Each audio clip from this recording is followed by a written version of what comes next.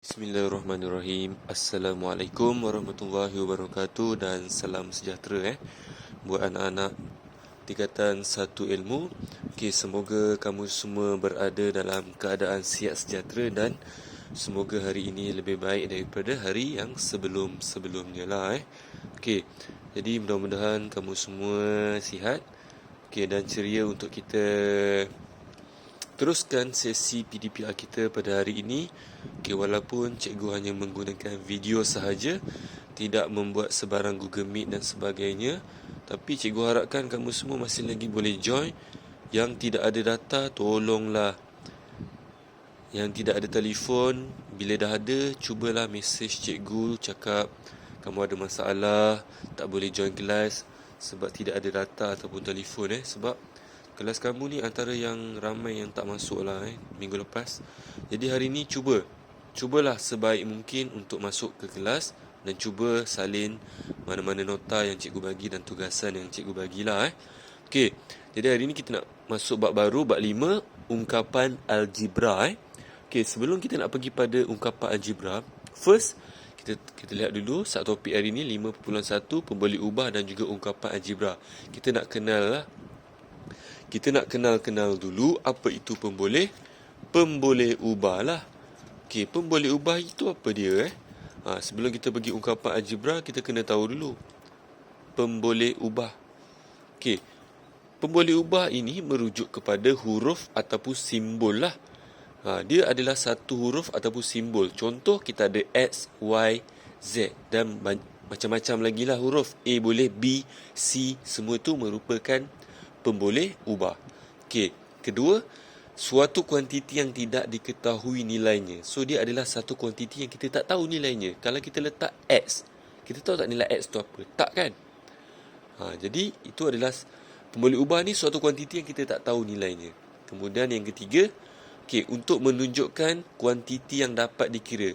Namun walau bagaimanapun, contohnya X tadi kita katakan sebagai pemboleh ubah, kita masih lagi boleh tentukan nilai X tersebut. Daripada soalan lah. Boleh? Tak apa. Contoh kita pergi kat sini, kita ada untuk kefahaman kamu dengan lebih jelas, sepasang kasut P berharga RMA, manakala sepasang kasut Q berharga RMB. Jadi kat sini ada dua pasang kasut. Yang pertama kasut P harganya RMA, manakala sepasang kasut Q berharga RMB. Jadi kita nak tentukan pemboleh ubahnya. Yang mana pemboleh ubah? Adakah kasut P dan juga kasut Q ini pemboleh ubah? Tak sebab kasut P dan kasut Q ini merupakan satu objek ataupun jenama kasut. Jenama kasut P dan juga jenama kasut Q. P dan Q ni bukanlah pemboleh ubah. Apa pemboleh ubah dalam contoh ini? Pemboleh ubahnya adalah RMA dan juga RMB. Sebab RMA dan RMB ini merupakan suatu kuantiti yang kita tak tahu nilainya. Harganya berapa kita tak tahu, tapi diletakkan sebagai A dan juga B. Maka di sini pemboleh ubah adalah pemboleh ubah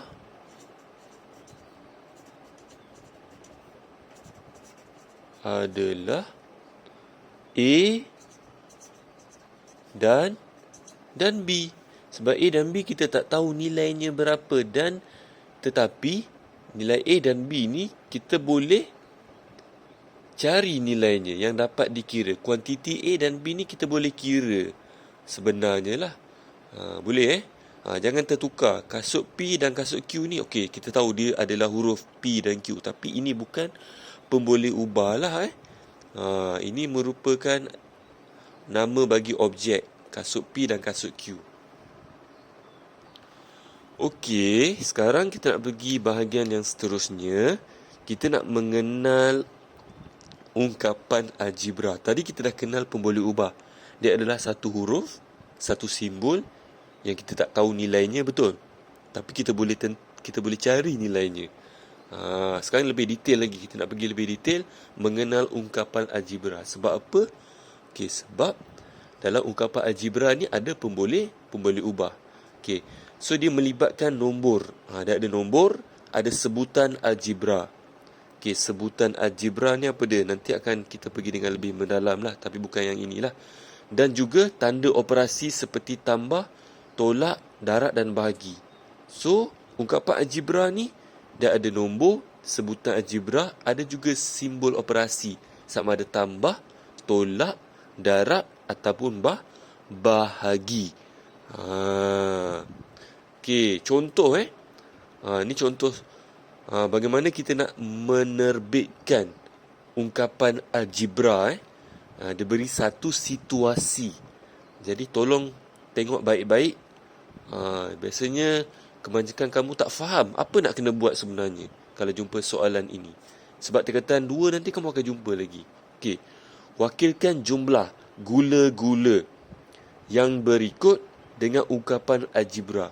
Maksudnya di sini kita nak wakilkan jumlah. Ni nampak ni. Jumlah gula-gula yang berikut. Kita nak totalkan, jumlahkan yang berikut dengan ungkapan algebra. Kita ada dua situasi kat sini. 11 biji gula-gula. 11 biji gula-gula dan juga X biji gula-gula. Kita tahu kan X ni adalah pemboleh ubah yang kita boleh tentukan nilainya. Tapi sekarang kita tak tahulah nilainya betul. Bagaimana kita nak wakilkan dalam bentuk ungkapan algebra? Mudah saja. Sebab soalan ni, contoh ni minta jumlah gula-gula.